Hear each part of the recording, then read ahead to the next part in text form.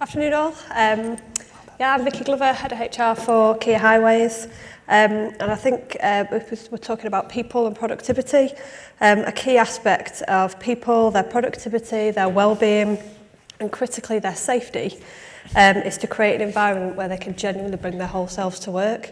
It's great to hear. I've been here all day, and throughout most of the presentations, I think people have mentioned talent, diversity, inclusion, well-being. So it's a really key theme for us to be able to do all of the innovative things that we've talked about all day. We are not going to be able to do it without people. So within Kia Highways, we employ just over 3,700 people. We're part of the wider Kia group, which is about circa 17,000. And we also use a multitude of supply chain contractors to deliver our services. What I'm trying to say here is we touch and impact thousands and thousands of people with what we do. And we're just little old Kia in this huge, great big industry. So us together and collaborating together, we can have a huge impact on the communities and the customers that we serve. So our newly focused ED&I strategy and action plan really kind of concentrates on recruitment and retention of talent and operating, and so allow them to operate in an environment where they can genuinely feel like themselves and therefore able to fulfil their full potential. We also heard from Mel this morning about customers. We've made sure we've aligned our strategy to sort of be that externally facing bit as well, to make sure when we're considering equality, diversity and inclusion, it's reflective of the customer as well and the communities which we serve.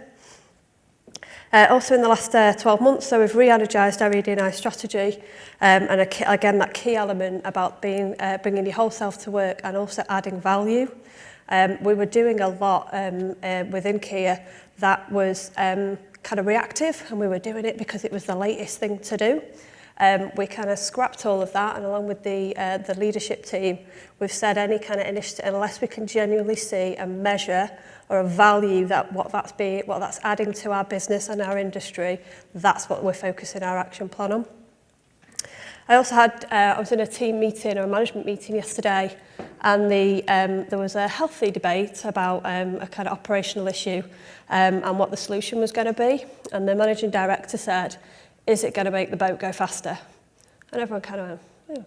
And he said, "Look, is this solution going to add any value? Is it going to make us more efficient? Is it going to make us more productive?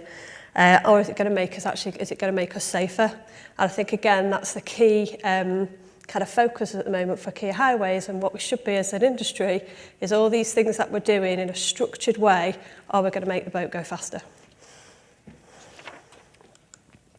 So these next two slides are just extracts from our latest strategy document.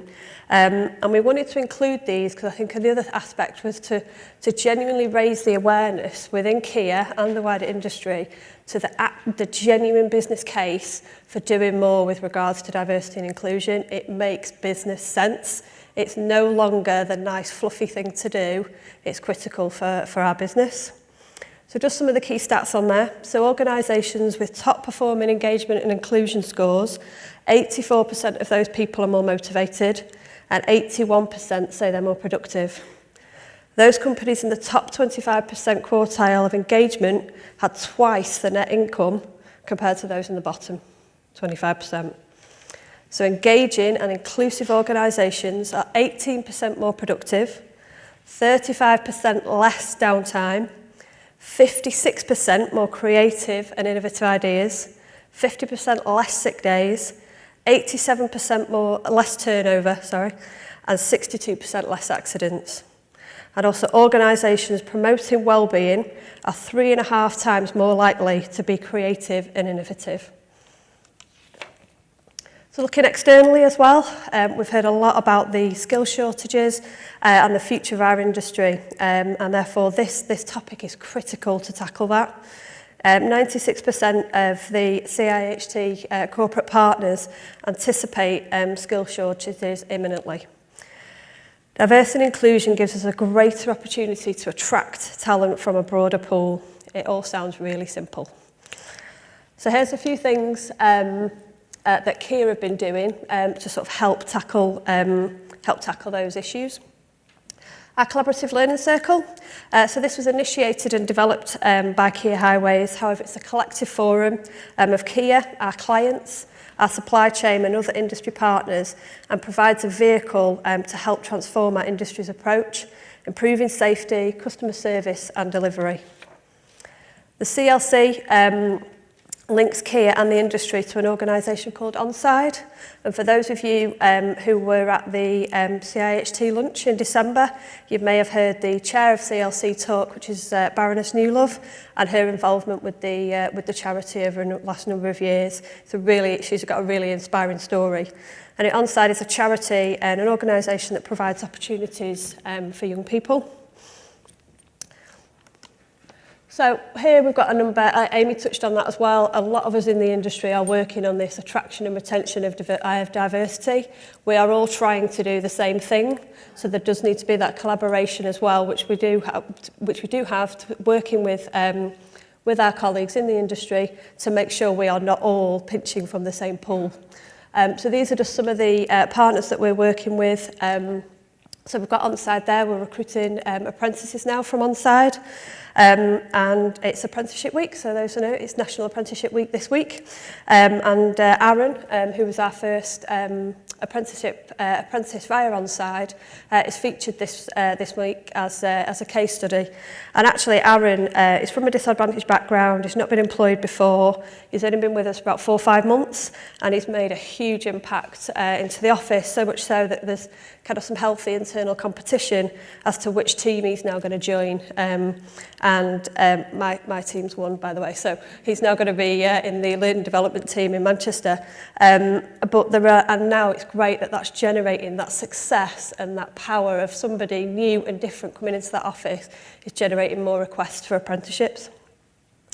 Our S-Skills programme with our colleagues from Surrey County Council. Again, that's a pre-apprenticeship programme which is taking young people to show them the skills, to demonstrate the skills from within the industry. That's now delivered £420,000 worth of social value and 6,000 hours of paid work to those people in Surrey County Council. Build Force is an alliance with military service. We've got Women Engineering Society, which is working with people to help them return to work after a potential career break. Ways to Work is a charity which people with disabilities, and we're able to support them back into the business as well. We've also got our early careers platform. So 12% of our direct employees within Kia Highways are in our early careers population. 30% of our graduates are now female, and this year we're looking to take on an additional 60 apprentices. In terms of success and value, we've moved, it's a little bit, and we're shifting the dial, but our percentage of workforce who are under 25 has gone from 8% to 10%. So again, we've talked to this about it. This is not an easy task to do, but we are there making baby steps to really shift that dial. So also our early careers here at the bottom. These are our early careers. About 12 of them attended our senior management conference. They had a similar shift to me. They had the graveyard shift at the end of the day, but it was by far the best part of our senior conference. They brought the entire room to life. You can see everybody there laughing with them. Their fresh thinking, their simple approach as to why can't we just do it like this was really, really great and had a huge impact on the audience. They've now created their own network, they're engaging, they're set up and suggested a number of continuous improvement projects to us. So again, that genuinely adding value to our business and helping making that boat go faster. We'll talk about wellbeing. So we've got a wealth of wellbeing and inclusion activities. We've got a calendar of events, lifestyle, social events. And again, it's that kind of making sure that everybody is included at work and that they can that they can be themselves. A new campaign for us we just launched is Safety in Mind. So this is a series of hard-hitting safety videos that follows the journey of Charlie. Charlie is throughout the videos is dealing with his mental health following a serious safety incident at work. There are 6 videos in total, and they're being released as a mini-series that takes you through what Charlie goes through and how it impacts him both at home and at work. This is generating some real, like a real positive storm of discussion amongst the employees and our supply chain, and which was previously probably quite a taboo subject to talk about, and it's really opening the gates to be able to talk about this subject. So again, we've got some, I think the thing we need to be aware of is we are attracting new, we are attracting change, and we are attracting diversity. We need to make sure our current workforce and our current, which should be celebrated for this fantastic industry that we work in, are also set up to accept that change. So we've got a number of training programs, we've got our inclusive recruitment training, unconscious bias, and we've got our mental health first aiders. 99% of the people that went on the inclusive recruitment training and conscious bias training rated it as good as excellent, and 75% said they would embed what they learned back in their jobs. This is great for people like me, from my point of view, that we're able to engage with people in a meaningful way about this topic. To again go back to what I said, that this genuinely makes good business sense to kind of work on this agenda. Disability confidence. So again, another thing we're proud of is disability awareness. We've been awarded a disability confidence leader, and we got that. So we took the from our disability diversity data, demographic data that we collected in 2017. We collect from our employees at each annual inclusion week. 10% of our population preferred not to tell us that they had a disability. That was preferred not to tell us about a disability than they did about their sexual orientation. So we took that and said, actually, we used that intel and raised awareness throughout 2018. We've shifted that bar now, that actually we've reduced that from 10% to 3%. So there is still 3% of the population that would prefer not to tell us, but we've made a real impact and a real difference with regards to disability awareness. And we're recruiting, positively recruiting as well into the disability arena. So in summary, well timed.